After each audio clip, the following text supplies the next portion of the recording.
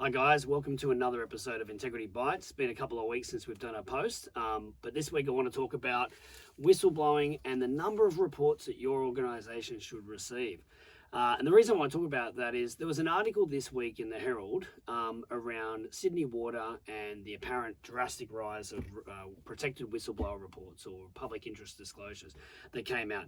And the stats were saying in that report that there was 43 or 45 reports in a year, and that was a huge amount. Now, today I'm going to talk about whether that is actually a huge amount and more importantly, just educate you on what is actually going on in terms of the number of reports in organisations, because I'm here to tell you it's actually really low across the board everywhere. So for the Sydney Morning Herald and the Age to say that Sydney Water's reports are high at 45, contextually, they're saying that because it's come off a low base.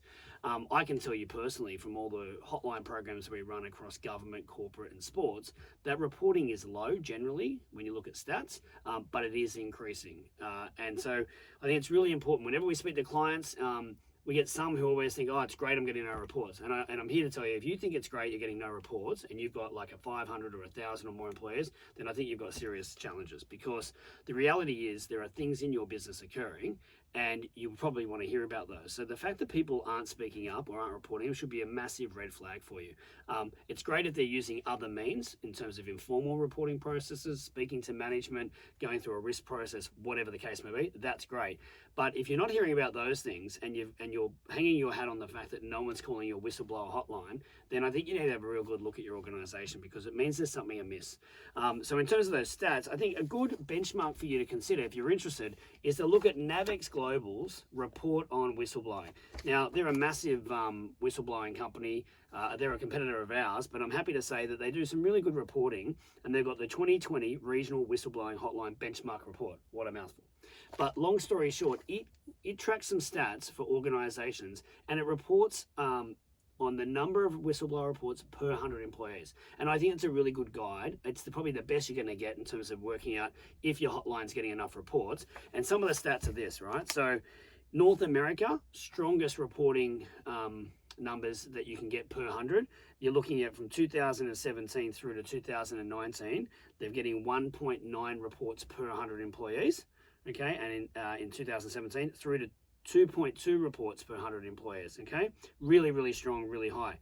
By comparison, Europe is at 0.5, so half a report per 100 employees. So what that means is you need 200 people in your organization to get one whistleblower report. Okay, in my experience, that's pretty low. That means there's either poor awareness of the program, poor practices, or people don't feel safe to speak up. Here in the Asia Pacific region, stats are slightly better than Europe, but way off America.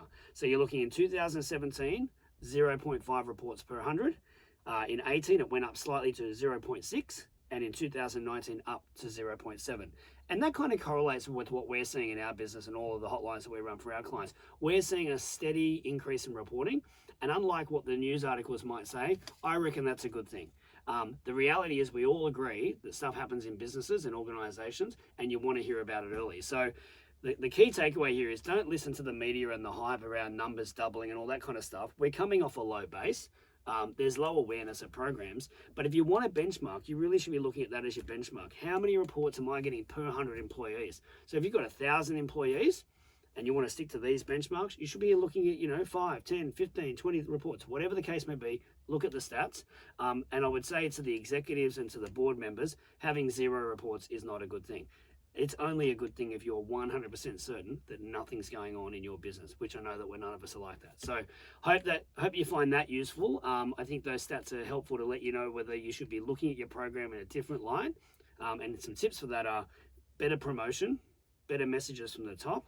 Really key is the processes that you put around that to support it when people do speak up. But that's it for this week. Hope those stats help, and I'll catch you on the next Integrity Bites. Thanks.